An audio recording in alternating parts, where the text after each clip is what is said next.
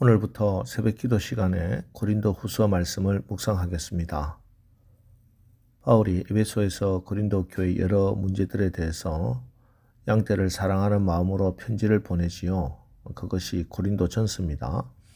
그러나 이 고린도 전서 편지를 받은 고린도 교회는 회개하고 회복되질 못하고 오히려 바울에 대해서 적대적인 말과 반응을 보입니다. 그래서 디도 편에 다시 한 편의 서신을 발송하게 됩니다. 이것을 바울은 눈물로 쓴 편지라고 말씀합니다.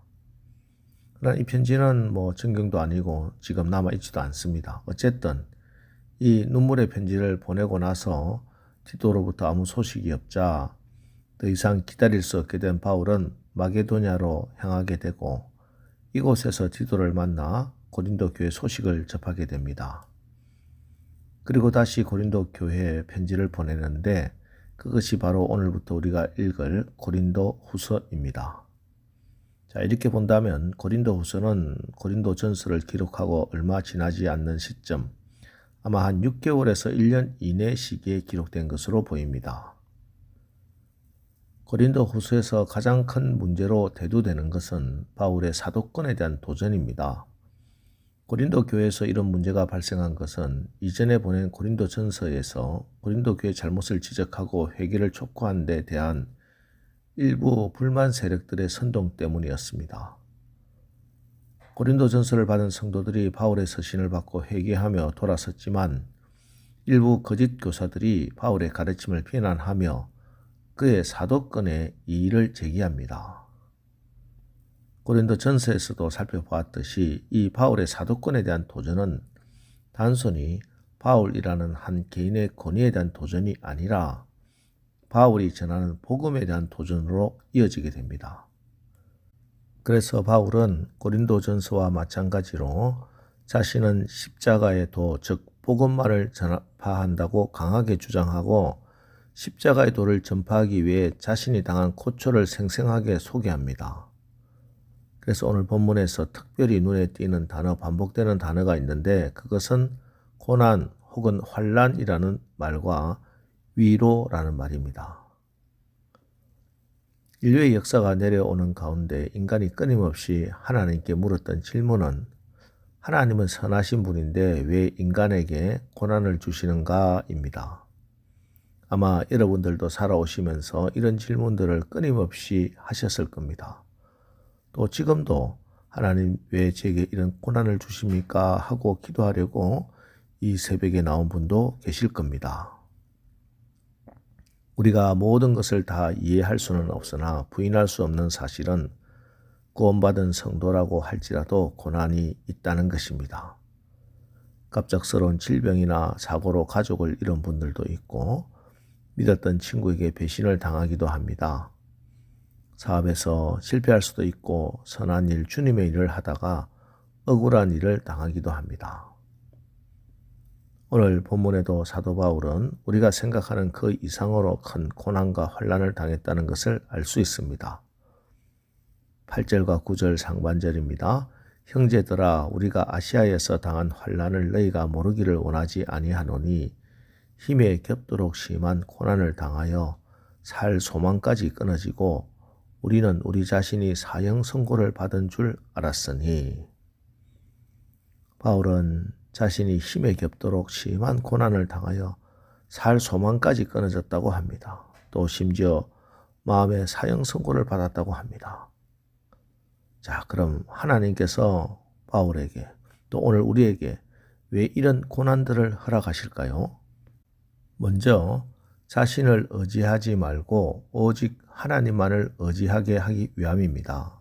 9절 우리는 우리 자신이 사형 선고를 받은 줄 알았으니 이는 우리로 자기를 의지하지 말고 오직 죽은 자를 다시 살리시는 하나님만 의지하게 하심이라. 우리로 자기를 의지하지 말고 오직 죽은 자를 살리시는 하나님만 의지하게 하심이라. 하나님의 은혜로 구원받은 우리는 평생 하나님을 의지해야 합니다. 이것이 가장 선한 길이고 가장 복된 길이고 승리의 길입니다. 그런데 우리는 어리석게도 하나님 의지하지 않고 자꾸 자기 자신을 의지하려고 합니다. 이것을 깨닫게 하기 위해서 하나님께서는 종종 우리를 고난 가운데로 내모시는 것입니다. 이스라엘 백성들이 하나님의 능력으로 출애굽을 했습니다. 구름 기둥, 불 기둥이 그들을 앞장서 인도합니다. 그리고 어디로 인도하셨나? 출애굽기 14장 2절 바다와 믹돌 사이에 비아히롯 앞 곧 바알스본 맞은편 바닷가로 인도했습니다. 앞에는 홍해 바다가 넘실대고 좌우에 높은 산이 솟아있는 계곡으로 도망할 곳도 없는 곳으로 인도합니다. 뒤에는 애굽의 군대가 죽이려고 달려듭니다. 자, 그런데 이때 하나님이 주신 말씀이 무엇입니까? 출애굽기 14장 13절 너희는 두려워하지 말고 가만히 서서 여호와께서 오늘 너희를 위하여 행하시는 구원을 보라. 너희가 오늘 본 애굽 사람을 영원히 다시 보지 아니하리라. 여호와께서 너희를 위하여 싸우시리니 너희는 가만히 있을지니라. 하나님만 믿고 하나님만 의지하라는 것입니다. 그래서 어떻게 하십니까? 홍해를 가르시고 이스라엘을 건너가게 하시고 애국 군대는 수장시켜 버리십니다. 여러분, 고난 가운데 두려워하고 낙심하지 마시기 바랍니다. 오직 하나님만 의지하시기 바랍니다. 우리 하나님의 일하심으로 여러분이 위로를 받으시기 바랍니다. 오늘 말씀을 보면 고난보다 하나님의 위로가 더 크고 더 넘친다고 분명히 말씀하고 있습니다. 5절 그리스도의 고난이 우리에게 넘친 것 같이 우리가 받는 위로도 그리스도로 말미암아 넘치는도다. 여러분, 우리 인생을 짓눌러 우리를 죽일 것 같은 고난의 힘보다 그 고난 가운데 나타난 하나님의 위로하의 힘이 더 크다는 사실을, 우리에게는 있는 고난의 양보다 그 고난보다 나타나신 하나님의 위로가 더 많다는 사실을 믿으시기 바랍니다. 그래서 오늘 본문을 보면 고난이라는 말보다 위로라는 말이 더 많이 나옵니다. 고난은 8번, 위로는 10번이 나와요. 3절 찬송하리로다. 그는 우리 주 예수 그리스도의 하나님이시요 자비의 아버지시요 모든 위로의 하나님이시며. 우리 하나님은 모든 위로의 하나님이십니다. 여기 모든이라는 말은 넘치는 이라는 말입니다. 예, 우리 하나님은 위로가 넘치는 하나님이십니다. 우리 하나님이 주시는 위로는 고난보다 훨씬 더 넘치는 위로입니다. 지금 고난 가운데 계신 분이 있습니까? 지금 붙들고 의지하고 있는 것 내려놓으시고 오직 한번 우리 하나님만 의지하시기 바랍니다. 그 고난을 능히 이기고도 남음이 있는 우리 하나님의 위로를 기대하시기 바랍니다. 그러면 이 모든 고난 가운데 오히려 넘치게 주시는 하나님의 모든 위로를, 넘치는 위로를 경험하게 될 것입니다. 그리고 그것이 특별히 하나님을 섬기기 위해서 당하는 고난이라면, 또 주님께서 내게 주신 사명을 감당하기 위한 고난이라면 그 고난에는 적극적으로 동참하시기 바랍니다. 그러면 고난보다 더 큰 넘치는 하나님의 위로를 경험하게 될 것입니다.